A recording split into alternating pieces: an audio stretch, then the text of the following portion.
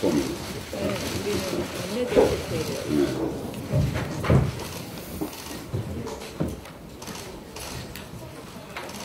지금부터 상임위원장 및 간사단 연석회의를 시작하도록 하겠습니다. 오늘은 상임위원장 및 각 상임위 간사단 여러분과 함께 그동안 진행되었던 저의 인생투쟁대장정 후속 조치를 논의하기 위해서 연석회의로 모였습니다. 여러 가지로 국회 상황이 어려운 가운데서도 위원장님들과 간사 여러분들께서 각 상임위별 현안들을 잘 챙겨주셔서 대단히 고맙게 생각합니다. 제가 지난주까지 전국 17개 시도를 빠짐없이 돌면서 각 지역의 여러 국민들을 만나 뵙고 왔습니다.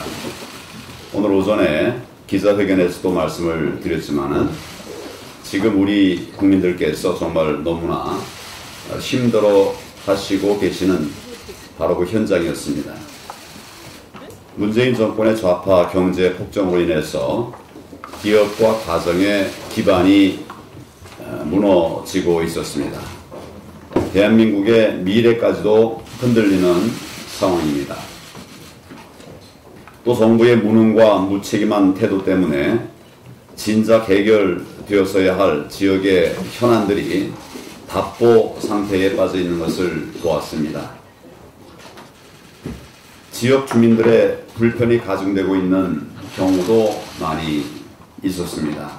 이런 문제들을 우리가 빠짐없이 챙겨서 하나하나 성실하게 풀어내는 것이 이번 민생대장정의 본질적 목표라고 할 수 있습니다. 잠시 후에 상임위별로 배분된 건의사항 목록을 드리겠습니다. 짧은 기간에도 불구하고 리스트가 꽤 길고 내용도 또 무거운 것도 많이 있습니다. 제가 세보니까 170개 정도의 건의사항들이 있었는데 그만큼 지금 우리 국민들에게 답답한 일이 많다는 이야기가 되는 것입니다. 우리가 풀어야 할 문제도 그만큼 많은데 책임감을 가지고 해결해 드려야 한다는 생각을 갖습니다. 국민들께서 우리 당에게 내주신 숙제라고 생각하고 최선을 다해서 조속히 대책을 마련해 주시기를 바랍니다. 오늘 나눠드리는 건의사항 가운데에는 대우조선 내각 같은 국가적 현안도 있습니다. 세터민들의 애환이 담긴 안타까운 사연도 있습니다. 당장 시급히 고성 산불 피해 당장 시급한 고성 산불 피해 주민 지원 건의도 있었습니다. 대통령 몇 번 왔다 가고 총리 몇 번 왔다 갔는데 지난 50일 동안 바뀐 게 뭐냐, 이런 정말 분노한 그런 목소리들을 제가 대신 들었습니다. 우리라도 신속하고 실효성 있는 그런 대책들을 만들어서 현장의 아픔과 고통 중에 계시는 국민들에게 다소나마라도 위로가 될 수 있도록 해드려야 되겠습니다. 미세먼지 저감과 같은 장기적 대책이 요구되는 사안도 있고 법안 재개정이 필요한 현안들도 여럿이 포함되어 있습니다. 내년 예산에 반드시 반영시켜야 할 건의들도 있습니다. 상임위원회 간에 긴밀한 협업이 필요한 문제들도 있습니다. 외부 시민단체들과 힘을 모아야 할 과제들도 있는 것으로 보입니다. 건의사항의 우선순위와 시급성을 꼼꼼히 따져서 차근차근 대응 방안을 마련해 주실 것을 당부를 드립니다.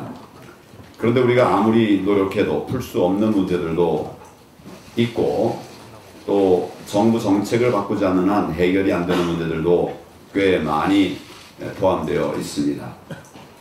그렇다고 해서 무조건 손을 놓아서는 안 될 것입니다. 최대한 우리 힘 닿는 데까지 먼저 풀어보고 정 안 되는 부분은 주민들과 직접 만나서 대안을 함께 찾아보는 것도 방법이라고 생각합니다. 또 당장 풀 수 없는 문제들은 내년 총선 공약에 반영을 해서 우리 당의 공식적인 약속으로 만들 필요도 있습니다. 각 건의 사항에 따라서 그에 맞는 적절한 대안들이 필요하다는 말씀을 드립니다. 가장 중요한 것은 결국 우리들이 진정성을 가지고 이 문제들을 해결해 나가기 위해서 노력하는 것이라 생각합니다. 우리가 어떤 마음가짐과 자세를 가지느냐에 따라서 어려운 문제를 쉽게 풀어갈 수도 있고 또 쉬운 문제까지도 안 풀릴 수도 있습니다. 기어코 풀어내겠다는 그런 진정성이 있어야만 창의적 해법도 나오는 것입니다. 다양한 협력도 그래야만 이끌어낼 수가 있습니다. 풀기 힘든 문제일수록 우리밖에 풀 사람이 없다는 각오로 끝까지 최선을 다해 주실 것을 부탁드립니다.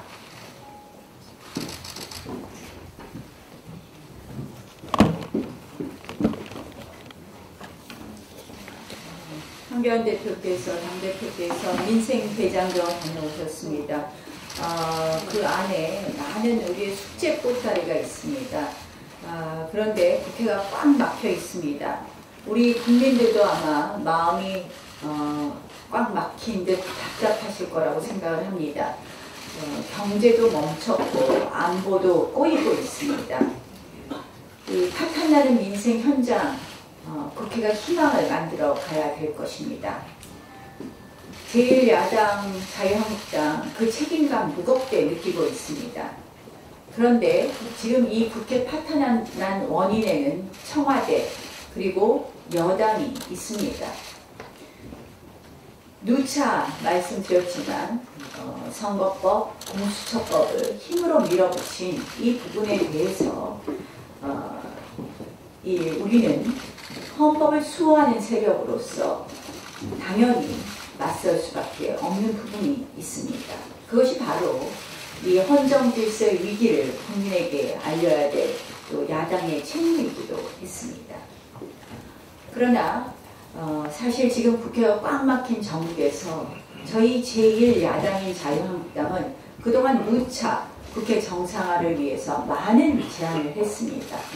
많이 양보했습니다.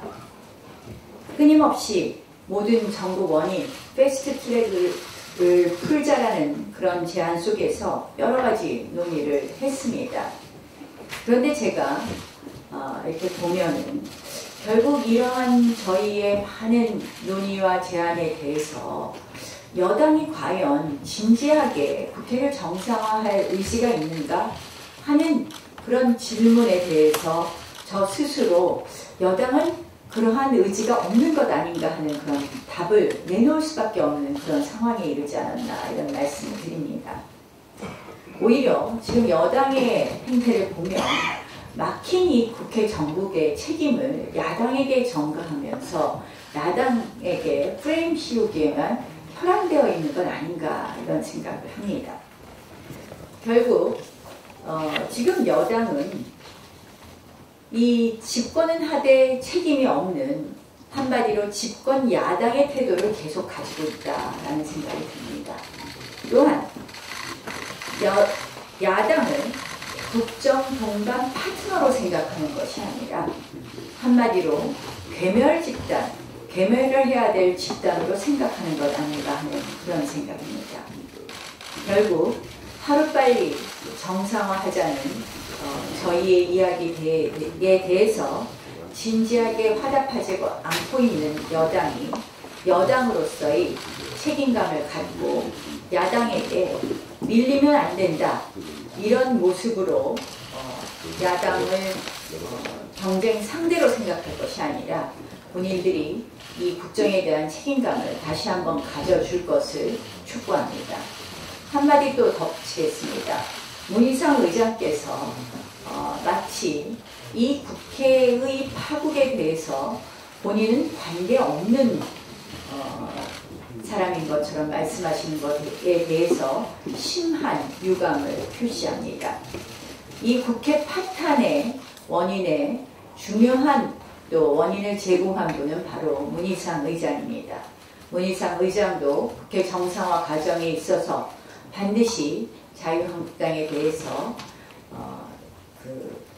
유감의 표시를 해주셔야 된다는 말씀과 함께 지금 국회 사무처를 동원해서 그동안 불법과 편법을 일삼아 왔던 부분에 대해서도 원점으로 돌리는 노력을 해주실 것을 촉구합니다. 어제 우리 주말에 굉장히 반가운 소식을 온 국민이 기쁘게 보았습니다. 한국 영화 100년의 선물 봉준호 감독이 가져다 주었습니다. 황금 종려상을 받았는데요. 봉준호 감독에게 진심으로 축하와 감사의 말씀을 전합니다. 그런데 칸 영화제 소식 중에 흥미로운 것이 또 하나 있습니다. 알랭 드롱 배우가 7번째 실패 끝에 칸 영화제에서 명예황금 종려상을 받았습니다. 그래서 알랑드롱 영화를 갑자기 생각을 해봤는데요. 알랑드롱이 데뷔를 한 영화가 태양은 가득히입니다. 그 태양은 가득히에서 알랑드롱이 맡은 역할이 톰 리플리입니다. 그 톰 리플리의 역할이 뭐냐? 거짓말을 하면서 스스로 거짓말이 아닌 진실로 믿게 된다는 그런 역할이었고, 그것으로 인해서 리플리 증후군이라는 용어가 생기게 되었습니다. 근데 제가 그걸 딱 보면서 생각나는 게 문재인 정부였습니다. 문재인 정부, 바로 지금 경제는 나아지고 있다, 좋아지고 있다. 문재인 정부가 계속해서 거짓말을 하는 이유, 그리고 리플리 증후군이 떠오르게 되었습니다. 언론에 따르면 지난 21일 서울 국정원장과 양정철 민주연구원장이 서울 모처에서 회동했다고 합니다. 이 국정원 수장과 민감한 정보가 모이는 국정원 수장과 집권 여당 싱크탱크의 수장이 만난 것입니다. 누가 보더라도 부적절한 만남입니다. 사적인 지인 모임이다. 원래 잡혀 있었다. 국민을 우롱하는 아주 무책임한 설명입니다. 국정원장이라는 자리가 그렇게 한가하지 않습니다. 상임위 차원에서도 접촉이 쉽지 않은 자리가 국정원장입니다. 그런데 역시 대통령 최측근이라는 자리는 국정원장도 쉽게 불러낼 수 있는 최고 권력이었습니다. 벌써부터 민주당은 총선 모드에 들어갔습니다. 청와대발 권력형 공천의 칼바람이 불어오고 있습니다. 당내 충성 경쟁이라도 시키려고 결국 공천 실세와 정보 실세가 만난 것 아닌가 하는 의문을 가져봅니다. 왜 만났는지, 어떤 논의를 했는지 서훈 국정원장 밝혀주십시오. 그리고 민감하고 부적절한 논란을 빚은 것에 대해서 사과해 주십시오. 그리고 양정철 원장은 총선을 앞두고 행여라도 국정원을 총선의 선대 기구 중에 하나로 생각했다면 당장 그 생각을 중단해야 되고 그러한 시도를 중단해야 된다는 것을 말씀드립니다. 이 문재인 정권의 위기 대응 시스템은 거짓말 아니면 공무원에게 책임 뒤집어 씌우기입니다. 고민정 청와대 대변인의 거짓말 해명에 이어서 이번에는 공무원 탄압으로 초라한 외교 실체를 덮으려고 합니다. 강경화 외교부 장관이 국월 외교에 민낯이 들키자 외교 간의 의도적 유출이라며 마치 기획적 의도가 있는 것처럼 게임을 짜고 있습니다. 똑같은 수법입니다. 늘 하던 수법이죠. 적을 만들어 세우고 국민적 공분을 그쪽으로 향하게 만드는 전략입니다.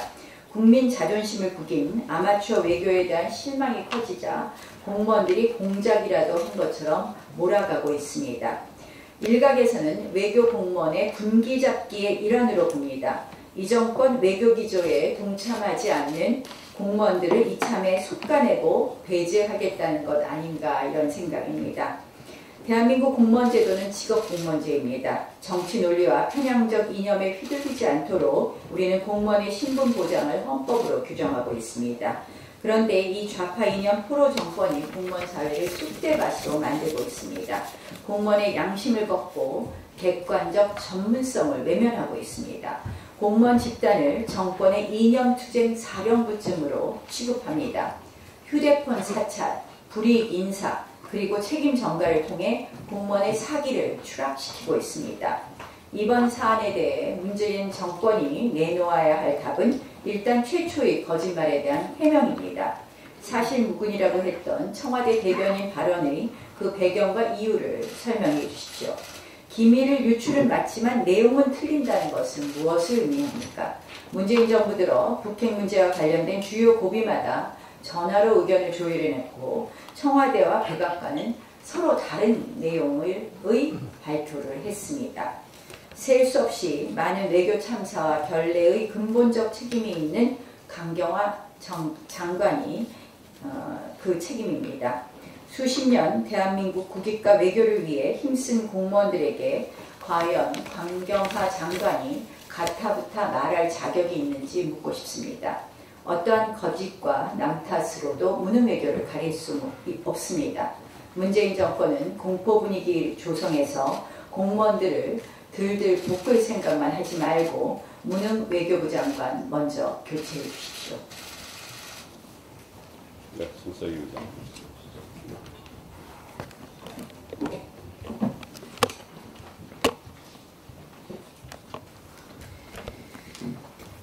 네, 민생 대장정 과정에서 정말 우리 경제가 얼마나 파탄났고 국민이 얼마나 고통에 신음하는지 정말 절절하게 나타났습니다. 그럼에도 불구하고 이 정권이 할 줄 아는 거라고는 세금 뿌리기밖에 없습니다. 이러다 보니 현 정권 들어서 국민의 조세 부담률 21%를 넘기며 역대 최고를 기록했습니다. 아울러 나라 곳간의 상태를 보여주는 지표라고 할 수 있는 관리 재정 수지가 1분기에 25조 원 적자를 기록했습니다.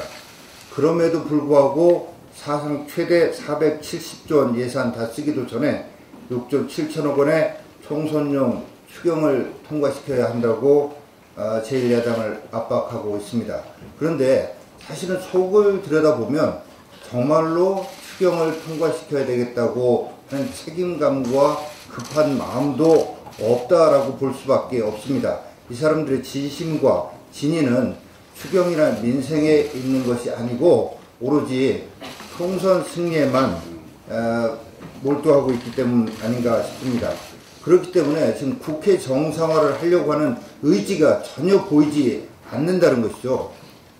이미 언론을 장악한 상태이기 때문에 국회 정상화가 되지 않는 책임이 마치 전부 자유한국당에 있는 것처럼 여론몰이를 하면서 국회를 열지 않는 것이 오히려 자신들에게 득이 되고 있다는 이런 정치공학적 계산을 하고 있는 것이라고 볼 수밖에 없습니다.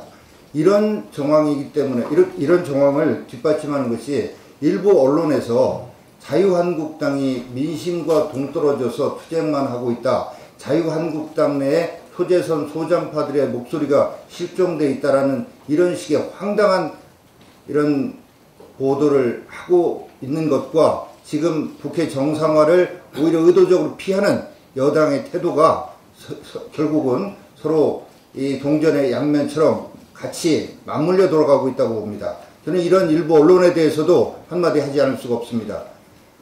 민주당의 지도가 뚝뚝 떨어지고 민주당에 대한 또 이 정권에 대한 국민적인 원성이 높아감에도 불구하고 민주당 내의 초재선들이 민주당 내의 초장파들이 단 한마디 이견도 얘기하지 못하고 또 다른 목소리를 내지 못하는 이런 점에 대해서 비판하는 것이 언론이지 우리 자유한국당 내에 초재선 이견이 없다라는 이런 억지 기사를 만들어내는 것 이게 언론의 길인가.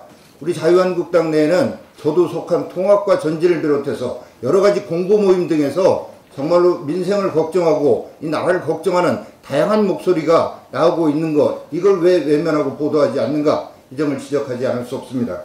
다시 말씀드립니다마는 국회 정상화의 의지가 전혀 없는 것은 언론을 장악한 이 정권이 오히려 국회 정상화를 원치 않기 때문 아닌가 하는 점을 지적하지 않을 수 없다는 말씀드리고 민생 대장정 과정에서 나온 국민의 목소리를 우리 당 정책위에서는 국회 정상화를 고대하면서 정상화된 국회에서 바로 입법화, 정책화할 수 있는 부분은 바로 적극 나서 입법화, 정책화하고 그럴 수 없는 부분에 대해서는 대표께서 말씀하신 대로 비전과 정책 공약으로 총선 공약으로 다듬어 내겠다는 말씀을 드립니다. 이상입니다. 예, 그러면 지금부터 회의를 비공개로 진행하겠습니다. 비공개 전환하겠습니다. 네, 비공개로 전환하겠습니다.